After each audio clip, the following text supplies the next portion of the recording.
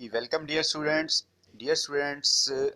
आज का टॉपिक है मैयर्स ऑफ लोकेशंस या फिर मैयर्स ऑफ सेंट्रल टेंडेंसी। भी आपने अपने सिलेबस में एक देखा होगा कि मैयर्स ऑफ सेंट्रल टेंडेंसी या फिर मैयर्स ऑफ लोकेशन भी यूज़ कर सकते हैं और उसके अलावा इसको एवरेज भी कहते हैं। इसके बारे में बताना है कि स्टैटिस्टिक्स के first year part first intermediate के स्टूडेंट्स को ये टॉपिक पढ़ाया जाता है। उसके अलावा बीएस एडीपी कोई भी ऐसी क्लास जहाँ पे बेसिक स्टैटिस्टिक्स के चैप्टर्स शामिल हैं वहाँ पे ये टॉपिक लाजमी शामिल किया जाता है। और ये यूँ कह लें कि पूरी स्टैटिस्टिक्स के जो मैथमेटिकल फार्मूले हैं उसकी बुनियाद है। अगर किसी स्टूडेंट्स को ये चैप्टर अच्छी तरह समझ आ जाता है तो वो नेक्स्ट चैप्टर भी इजीली समझ सकता है। और उसके अलावा इसकी डेफिनेशन पढ़ाने का मकसद ये है कि आपके ऑब्जेक्टिव एमसीक्यूज़ और शॉर्ट क्वेश्चन वो यहाँ से प्रिपेयर हो सकते हैं अगर आप इसको समझ के याद करें तो। अब आते हैं टॉपिक की तरफ। टॉपिक में सबसे पहले है मैयर्स ऑफ लोकेशन, जो इसका नाम मैंने बताया, और दूसरा इसका नाम होता है मैयर्स ऑफ सेंट्रल टेंडेंसी। अब इसको मैयर्स ऑफ सेंट्रल टेंडेंसी क्यों कहते हैं, पहले तो इसकी डेफिनेशन थोड़ी सी आसान लफ्ज़ों में आपको समझा दूं कि एवरेज या मैयर ऑफ लोकेशन या मैयर ऑफ सेंट्रल टेंडेंसी एक ऐसी वैल्यू होती है जो पूरे डाटे को एज ए होल रिप्रेजेंट कर रही होती है, यानी उसकी नुमाइंदा वैल्यू होती है जो डाटे की रिप्रेजेंटेशन करे। अब इसको मैयर्स ऑफ सेंट्रल टेंडेंसी क्यों कहा जाता है, क्योंकि ज़्यादातर एवरेज जो है डाटे के सेंटर में लाया करती है, यानी बाज़ दफ़ा ऊपर नीचे भी हो जाती है लेकिन आमतौर पर डाटे के सेंटर में लाया करती है, इसलिए इसको मैयर्स ऑफ सेंट्रल टेंडेंसी कहते हैं। और उसके अलावा मैयर्स ऑफ लोकेशन, लोकेशन मतलब पॉइंट आउट करना कि वैल्यूज़ की क्या रेंज है, या जिस तरह लोकेशन वैसे हम कहते हैं जी महल वकू, लेकिन हम यहाँ न्यूमेरिकल रकमों के हिसाब से जब उसको डिफ़ाइन करेंगे तो हम उस एक वैल्यू से पूरे डाटे को लोकेट कर लेंगे। मिसाल के तौर पे अगर आपकी एवरेज आती है, एवरेज यानी मैयर ऑफ सेंट्रल टेंडेंसी का आंसर आता है 60, तो इससे क्या अंदाज़ा होगा कि बाकी जो वैल्यूज़ हैं जिसको एवरेज का पता है वो ये अंदाज़ा लगाएगा कि बाकी जो एवरेज की बाकी जो वैल्यूज़ हैं डाटे में वो 60 के राउंड अबाउट हैं, यानी कुछ 60 से ज़्यादा होंगी, कुछ 60 से कम होंगी। तो इसलिए वो उस पूरे डाटे को लोकेट करेगी। और इसकी एग्जांपल एक ऐसे है कि फ़र्ज़ किया अगर आप दो स्टूडेंट्स के मार्क्स हैं, 6 सब्जेक्ट हैं या 7 सब्जेक्ट हैं, उनके मार्क्स का कंपैरिजन करना चाहते हैं, तो बजाय 1 to 1 कंपैरिजन करने के हम एक एवरेज कैलकुलेट कर लेंगे दोनों स्टूडेंट्स के 6 सब्जेक्ट की एवरेज। जब उनको कंपेयर करेंगे, हमने फ़र्ज़ किया स्टूडेंट ए है उसके एवरेज मार्क्स 60 आ रहे हैं और इस तरह स्टूडेंट बी है उसके एवरेज मार्क्स 70 आ रहे हैं, तो आप इससे अंदाज़ा लगा लेंगे कि स्टूडेंट्स बी की परफॉर्मेंस बेटर है। हो सकता है किसी सब्जेक्ट में कंपैरिजन में किसी सब्जेक्ट में उसके ज़्यादा नंबर हों, किसी में इसके ज़्यादा हों, लेकिन एक वैल्यू से जब अंदाज़ा लगाना है तो फिर उसके लिए एवरेज कैलकुलेट करनी पड़ेगी जो उस पूरे डाटे को रिप्रेजेंट करेगी। तो एवरेज की डेफिनेशन जो एग्जाम के हवाले से आप पेपर में शॉर्ट क्वेश्चन में लिख सकते हैं वो मैं बताता हूँ आपको। ये देखें, सबसे पहले एवरेज की डेफिनेशन आ गई। इसमें लिखा है जी, a value which represent the distribution as a whole, ऐसी रकम या ऐसी कीमत जो पूरे डिस्ट्रीब्यूशन की नुमाइंदा हो उसे हम एवरेज कहते हैं। फॉर एग्जाम्पल, साथ इसकी एग्जाम्पल मजीद दोबारा आ गई कि एवरेज स्कोर्स ऑफ, यहाँ पे क्रिकेट बैट्समैन, क्रिकेट की गेम में जो क्रिकेट का बैटिंग करने वाला खिलाड़ी होता है उसके जो एवरेज स्कोर हैं वो क्या करते हैं, will represent the efficiency of its whole matches, matches यानी तमाम के तमाम मैचेस में उसकी कारकर्दगी को रिप्रेजेंट करते हैं। मिसाल के तौर पे अगर एक बैट्समैन है, कोई अच्छा खिलाड़ी है या बुरा खिलाड़ी है, उसने 100 मैचेस खेले हैं, अब उन 100 मैचेस का रिकॉर्ड में से आपको सिर्फ एक एवरेज बताई जाती है कि इस बैट्समैन ए है, इसका एवरेज स्कोर 50 है।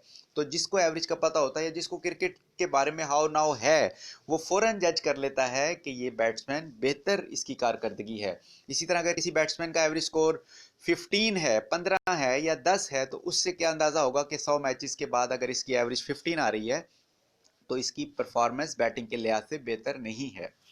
अच्छा, नेक्स्ट डेफिनेशन है मैयर्स ऑफ सेंट्रल टेंडेंसी। इसको क्यों कहते हैं, ये क्वेश्चन इस तरह भी बन सकता है, why average is called measure of central tendency, यानी एवरेज को मैयर्स ऑफ सेंट्रल टेंडेंसी क्यों कहते हैं। As an average is a single value, ये देखें, average is a single value which will represent, which tend to lie in the centre of the distribution, जो डाटे के सेंटर में लाई करती है, सेंटर में पाई जाती है, उसे हम एवरेज कहते हैं। इसी तरह इसलिए उसको सेंट्रल टेंडेंसी भी कहा जाता है। नेक्स्ट है मैयर ऑफ लोकेशन, के एवरेज को मैयर ऑफ लोकेशन क्यों कहते हैं।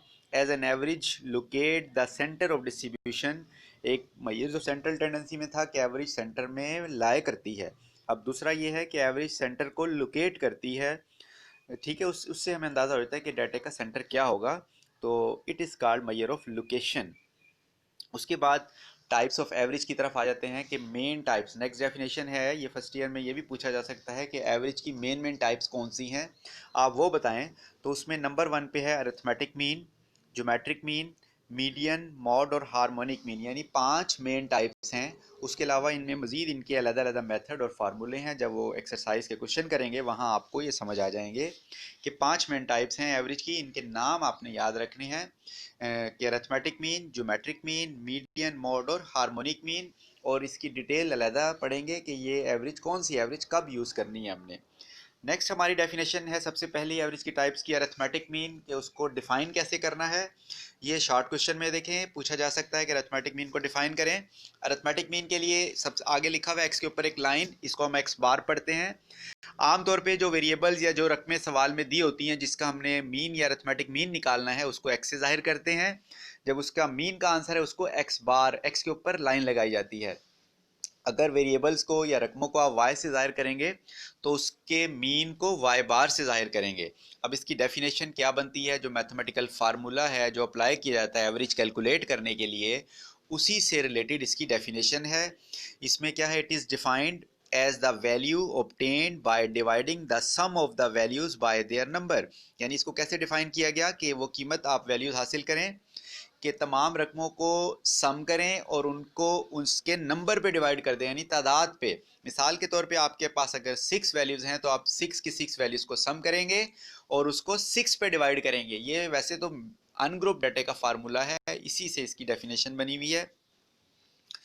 देखिए यहाँ पे लिखा है the mean of values x1 x2 x3 xn will be. अगर आपके पास वैल्यूज हैं x1 x2 x3 xn तो उसका मीन बनेगा x बार। और उसको कैसे फाइंड किया हुआ है कि हमने तमाम वैल्यूज को सम किया और उसके नंबर्स पे डिवाइड कर दिया। तो ये फार्मूला अनग्रुप डेटा का बाय डेफिनेशन के हिसाब से। और उसके नीचे जब हमारे पास डाटा ग्रुप्स की शक्ल में होता है, ये डाटा की टाइप्स हैं, ये लास्ट लेक्चर में मैंने बताई थी, जिसमें एक अनग्रुप डेटा होता है और एक ग्रुप डेटा। जब रॉ डेटा जो इब्तदाई तौर पे कलेक्ट किया हुआ डेटा को आप अरेंज कर लेते हैं टेबुलर फॉर्म में फ्रिक्वेंसी डिस्ट्रीब्यूशन की शक्ल में, तो वो ग्रुप डेटा बन जाता है। तो उसमें फार्मूले की शेप थोड़ी चेंज हो जाती है क्योंकि उसमें फ्रिक्वेंसी की शक्ल में हम डाटा को कन्वर्ट कर लेते हैं। तो फार्मूले में भी इस तरह हम समेशन, ये देखिए यहाँ पे लिखा हुआ है summation F x by summation F. इसके बाद अरिथमेटिक मीन में ही बाज़ दफ़ा जब हम वैल्यूज़ को मीन निकालते हैं, जिस तरह बाज़ दफ़ा ऐसा होता है कि वैल्यूज़ की इंपॉर्टेंस, कुछ वैल्यूज़ की इंपॉर्टेंस दूसरे की निस्बत ज़्यादा होती है, ठीक है, तो उस वक्त उन वैल्यूज़ को कुछ वेटेज दे दी जाती है। तो फिर हमें उसका जो मीन होता है उसको वेटेड मीन कहते हैं या वेटेड अरिथमेटिक मीन। मिसाल के तौर पर अगर एक दो वैल्यूज़ हैं आपके पास ए एंड बी, दो कैटेगरीज हैं, दो वेरिएबल हैं, एक की वैल्यूज़ आपको पता है कि इंपॉर्टेंस एक वेरिएबल की दूसरे से डबल है, यानी बाज़ दफ़ा सब्जेक्ट होता है, कुछ सब्जेक्ट कंपलसरी होते हैं, उनके क्रेडिट आवर या उनका वेटेज ज़्यादा होता है, उनके मार्क्स ज़्यादा होते हैं, तो उनको वेट अलहदा असाइन कर दिया जाता है। इसी तरह जब वेट असाइन करेंगे तो आपके पास दो कॉलम हो जाएंगे, एक वेरिएबल और एक उसके साथ वेट। फिर आपको उसका मीन निकालेंगे लेकिन उसको वेटेड अरिथमेटिक मीन कहेंगे। अब डेफिनेशन क्या लिखनी है देखें, some time the values are not of equal importance, बाज दफ़ा वैल्यूज की इंपॉर्टेंस बराबर नहीं होती। वो assign them certain numerical value to express their relative importance. फिर हम उन्हें एक मखसूस वैल्यूज देते हैं जो उनकी रिलेटिव इंपॉर्टेंस को शो करते हैं। These numerical values are called weight. इन न्यूमेरिकल वैल्यूज को हम वेट्स कहते हैं। For example if x1 x2, ये देखें x1 x2 x3 xn have weights w1 w2 wn w, then weighted mean will be, तो weighted mean क्या होगा, summation wx by summation w। ये है weighted arithmetic mean। इससे पहले हमने arithmetic mean ही पढ़ा था, ये arithmetic mean की ही उसमें आ जाता है, टाइप्स में आ जाता है। तो इसी तरह नेक्स्ट arithmetic mean की कुछ प्रॉपर्टीज़ हैं, यानी कुछ रूल्स हैं जो इस पे अप्लाई होते हैं, और वो MCQs के हवाले से यानी ऑब्जेक्टिव के हवाले से बहुत ही इंपॉर्टेंट रूल्स हैं, ये आपने अच्छी तरह याद रखने हैं। इसमें MCQs बनते हैं इन प्रॉपर्टीज़ की मदद से। सबसे पहली प्रॉपर्टीज़ है the arithmetic mean of constant value is constant, यानी अगर वैल्यूज़ कांस्टेंट हैं, उनमें कोई चेंजेस नहीं आ रही, यानी एक वैल्यू तब्दील नहीं हो रही, तो उसका जब आप मीन निकालेंगे तो वो कांस्टेंट ही आएगा, यानी वही नंबर आंसर आ जाएगा। मिसाल के तौर पे अगर एक वैल्यू आपके पास है 5555, यानी 6 दफ़ा आपने 5 लिखा हुआ है आपके पास, आपसे कहा जाता है इसका मीन कैलकुलेट करें, तो क्योंकि वो वैल्यू चेंज नहीं हो रही, तो बाय रूल्स आपने उसका मीन 5 ही बता देना है, क्योंकि वो है कांस्टेंट। ठीक है, mean of constant is constant. इसको हम डिफाइन कैसे करते हैं कि एक्सपेक्टेशन ऑफ ए, ई जो लिखा हुआ है ये मीन को ही रिप्रेजेंट कर रहा है कि E of a is equal to a, या mean of a is equal to a. ये है फर्स्ट प्रॉपर्टी, और ये एमसीक्यूज के हवाले से बहुत ही इंपॉर्टेंट है इस चैप्टर के। इसी तरह सेकंड प्रॉपर्टी है the sum of the deviation of the values from their mean is zero. यानी इस प्रॉपर्टीज में देखें मैथमेटिकली उसको कैसे लिखा कि समेशन एक्स आई माइनस एक्स बार बराबर है जीरो। इसको कैसे डिफाइन किया हुआ है कि जब वैल्यूज को, रकमें जो आपके पास सवाल है उन रकमों को जब आप अपने मीन से माइनस करते हैं, यानी जो रकमों का मीन आएगा उसी से अगर माइनस करें फिर जो आंसर आएगा उसका सम करें तो रिजल्ट आपके पास जीरो आएगा। ये मैथमेटिकली भी आपने पॉइंट जहन में रखना है, और स्टेटमेंट जो है इसकी ये भी ऑब्जेक्टिव के हवाले से बहुत इंपॉर्टेंट है कि sum of the deviation of the values from their mean, यानी जब मीन से माइनस किया जाता है वैल्यूज को फिर उसका सम किया जाता है तो रिजल्ट जीरो आता है। इसके बाद इसको ग्रुप डेटा की शक्ल में अगर सवाल है तो फिर F7 शामिल हो जाएगा। और नेक्स्ट इसकी थर्ड प्रॉपर्टी है sum of the squared of the deviation. यहाँ पे आ गया squared, sum of the squared of the values X I from their mean is minimum. ये प्रॉपर्टी भी इंपॉर्टेंट है कि जब वैल्यूज को मीन से ही माइनस करें लेकिन उनका स्केयर निकाल लें तो वो क्या होता है, वो आंसर मिनिमम यानी कम से कम आता है। कम से क्या मुराद है यहाँ पे, मिनिमम से मुराद ये है कि अगर आपने वैल्यूज को मीन से माइनस किया और वैल्यूज को किसी और रकम से माइनस किया, मीन के अलावा कोई प्रोविजनल मीन यानी फर्जी रकम आप ले लेते हैं, उससे अगर माइनस करते हैं और दोनों का स्केयर लेके कंपेयर करते हैं तो मीन वाला आंसर क्या होगा, कम होगा। इस प्रॉपर्टीज को मैथमेटिकली भी आपने ऑब्जेक्टिव के लिहाज से याद रखना है और स्टेटमेंट भी, क्योंकि ये ऑब्जेक्टिव के लिहाज से बहुत इंपॉर्टेंट प्रॉपर्टीज हैं। इसी तरह नंबर 4 प्रॉपर्टीज है इसकी, if n values have mean x बार 1, यानी ये एक फार्मूला भी है जिसे हम कंबाइन अरिथमेटिक मीन कहते हैं, और ये इसकी प्रॉपर्टीज में भी डिफाइन कर किया जाता है। अब कंबाइन अरिथमेटिक मीन से क्या मुराद है, इसकी एग्जांपल सिंपल सी, फर्ज किया हमारे पास स्टैटिस्टिक्स के 3 सेक्शन हैं, 3 ग्रुप हैं, हर क्लास में फर्ज किया 40 स्टूडेंट्स हैं। अब हमने हर क्लास के स्टूडेंट्स का टेस्ट लिया स्टैट का, first section A B C का, तीनों के एवरेज मार्क्स निकाले। अब 3 सेक्शन स्टैटिस्टिक्स के थे तो 3 एवरेज आ गई, 3 मीन आ गए। फिर आपसे क्या कहा जाता है, अब इन 3 मीन का ओवरऑल मीन निकालें, यानी टोटल स्टैटिस्टिक्स के स्टूडेंट्स का मीन निकालें। तो उसको डिफाइन कैसे किया हुआ है इस प्रॉपर्टी को, if n values have mean x bar 1, n2 values have mean x bar 2 and so on.